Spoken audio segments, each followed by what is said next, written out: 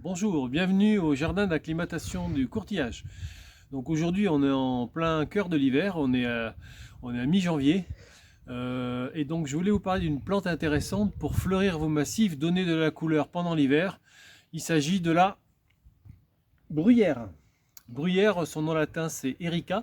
En fait on a deux types en gros de bruyère. On a la bruyère d'hiver, c'est le genre Erica, et la bruyère d'été, c'est le genre qui s'appelle Calluna.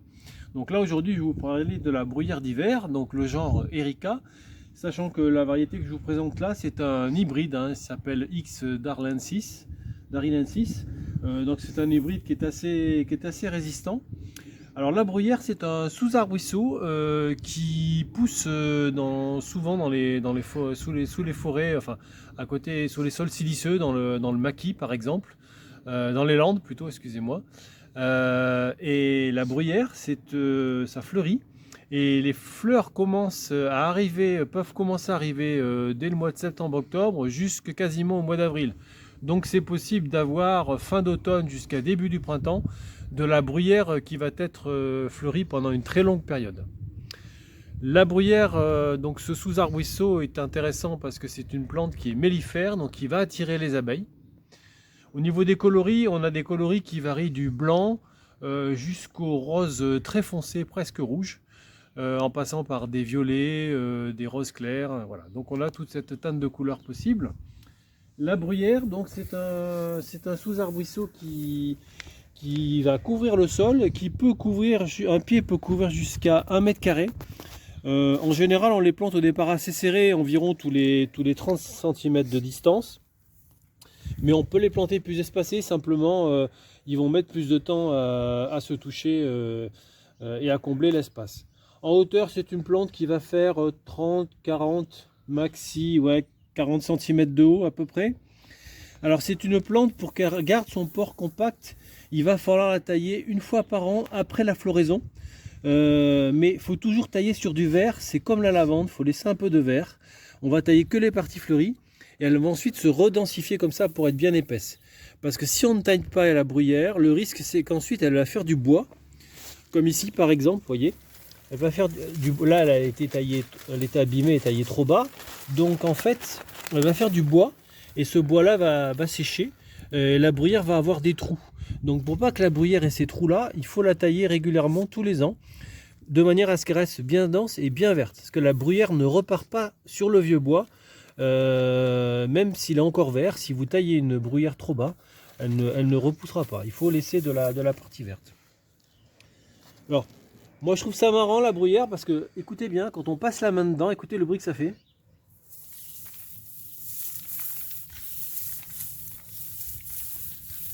J'aime bien dire que c'est le bruit des clochettes des fées. Donc effectivement, ce sont des petites fleurs en forme de clochette. Et je trouve ça assez rigolo. La bruyère aime bien les sols filtrants, les sols qui ne sont pas gorgés d'eau. Il ne faut pas la mettre dans des sols qui seraient trop humides, parce qu'elle va pourrir l'hiver et ses racines sont sensibles à la pourriture, notamment une maladie qui s'appelle le Phytophthora.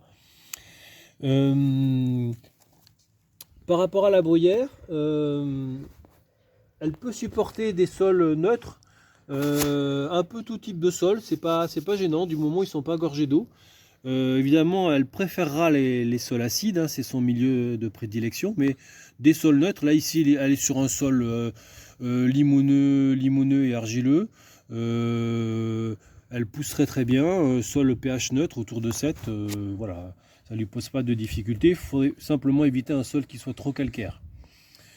Voilà pour cette plante que je trouve intéressante pour donner de la couleur l'hiver, fleurir les massifs. Et puis bon, là je peux vous montrer cet exemple. Ici elle a été utilisée, la bruyère, pour faire un massif dans un lotissement, de telle manière à garnir. Et la bruyère se marie très bien avec des graminées. Vous voyez ici vous avez des cheveux d'ange qui sont juste à côté. Et c'est assez esthétique. La bruyère peut servir pour couvrir des parterres sous des plantes plus importantes, comme par exemple des rhododendrons, des camélias, des pieris, d'autres plantes de terre de bruyère. Également, vous pouvez en servir pour couvrir le dessous d'un pin. Souvent les pins sont assez acides avec les aiguilles et ça peut permettre de couvrir. La bruyère également l'été résiste assez bien au sec, à condition qu'on n'ait pas 2 mois complètement sec. Mais s'il s'agit d'un mois sec, ça passe bien. Dans nos régions, ici en Normandie, on la met plein soleil. Elle peut pousser aussi à mi-ombre. Dans le sud de la France, par contre, il faudra éviter le plein soleil. Elle peut se dessécher au sol. Donc voilà ce que j'avais à vous dire sur cette plante là, que je trouve assez jolie, assez sympathique. Et vous avez également des variétés avec des feuillages dorés. Donc là, le feuillage est bien vert. Mais vous avez également des variétés qui ont des feuillages dorés. Alors les feuillages dorés, ben, ça va donner une autre couleur. Et quand la floraison sera terminée, ça va être assez sympathique. Et maintenant, pour multiplier la bruyère, en fait, on a deux solutions. Soit on fait de la bouture, donc on va prélever un petit rameau qu'on va enterrer, un petit rameau de bruyère qu'on va, en fait, on va enlever les feuilles comme ceci, voilà, et on va l'enterrer aux 2/3 dans de la terre. Et ça devrait raciner. Ou sinon, on a une autre solution qui est beaucoup plus simple, parce que la bruyère a tendance à se marcoter et faire des petites racines.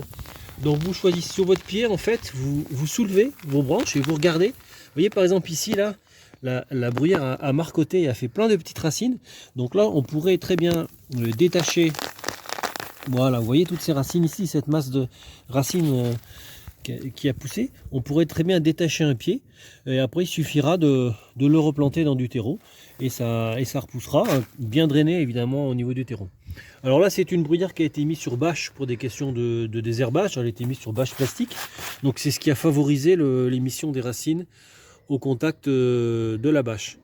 Mais évidemment, moi je vous conseille de planter ça plutôt directement sur la terre.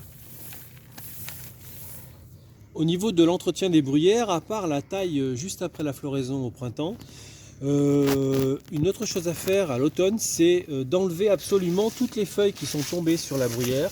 Sinon, le risque, c'est qu'elle se dessèche, qu'elle ne puisse pas faire de photosynthèse en partie hivernale. Donc, il faut enlever toutes ces feuilles, y compris celles qui se sont glissées un peu dans le cœur de la bruyère. Donc, il faut bien la nettoyer pour enlever toutes les feuilles, toutes les aiguilles de pin si on est sous un pin. Ce qui permet que la plante respire et puisse comme ça bien photosynthétiser pendant la période hivernale et reste jolie sans se dessécher. Donc voilà, à part cette opération d'entretien, taille au printemps et puis enlever les feuilles à l'automne, c'est une plante qui est très peu exigeante, la bruyère. Une fois qu'elle est installée, elle résiste assez bien. Dernier point, si vous devez circuler au milieu d'un grand massif de bruyère, il ne faut pas mettre son pied au milieu des touffes de bruyère, même si on écarte, parce qu'en fait les branches cassent comme du verre, notamment quand les bruyères sont un peu âgées. Donc là c'est une bruyère qui a à peu près 4-5 ans, hein, mais lorsqu'elles sont plus âgées, les branches sont très, très cassantes. Donc il faut vraiment dégager la place entre deux bruyères et passer son pied entre les deux pour circuler entre les massifs, parce que si vous marchez dessus, ça va l'abîmer. C'est une plante assez fragile. Bah là, vous voyez, justement, rien qu'en écartant, j'ai cassé un rameau. Comme je vous disais, ça casse assez facilement. Il faut aussi que je vous parle des propriétés médicinales de la bruyère. En effet, la bruyère a des propriétés pour désinfecter la sphère urologique. Elle est utilisée dans les problèmes de cystite, les problèmes d'inflammation de la vessie. Elle a plusieurs propriétés. Elle a un effet diurétique. Elle a un effet aussi désinfectant pour décrocher les bactéries des parois de la vessie. Et enfin, pour les femmes, au niveau de l'utérus, au niveau vaginal, pardon, elle a un effet régulateur, a priori, de la sphère génitale. Alors, pour ce qui est de l'utilisation de cette plante, c'est assez simple. Il suffit de recueillir les sommités florales, donc les dernières parties de la plante, 30 à 50 grammes, que l'on fait bouillir dans un litre d'eau pendant environ 10-15 minutes. Ensuite, on laisse refroidir et on en boit tout au long de la journée. Donc ça va favoriser l'élimination des urines, c'est donc l'aspect diurétique, et la désinfection. Et c'est une plante, pour l'avoir essayé moi-même, c'est une plante qui est vraiment efficace. En plus, le goût est pas C'est un goût qui passe bien, voilà, donc on peut en boire à plusieurs moments de la journée. C'est vraiment efficace, c'est facile à faire. Voilà, je vous le recommande si jamais vous avez des petits problèmes éventuellement ponctuels urinaires, ça peut être une solution. Vous sentez que ça tiraille, par exemple, en préventif, voilà, ça peut être utilisé.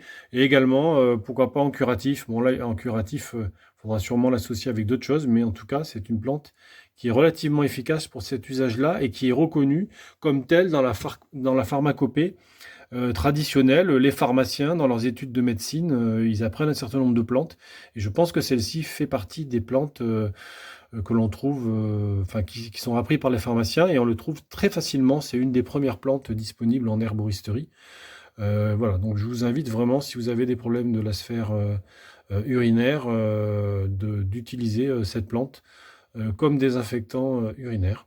Alors après, il y en a d'autres hein, de la même famille qui font à peu près le même effet, la busserole, mais elle est un peu plus compliquée au niveau de la consommation.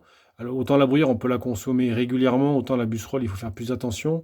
Et après, vous avez une autre plante qui est très connue au Canada, c'est la canneberge, qui a un peu le même effet aussi pour décrocher les bactéries sur la paroi de la vessie.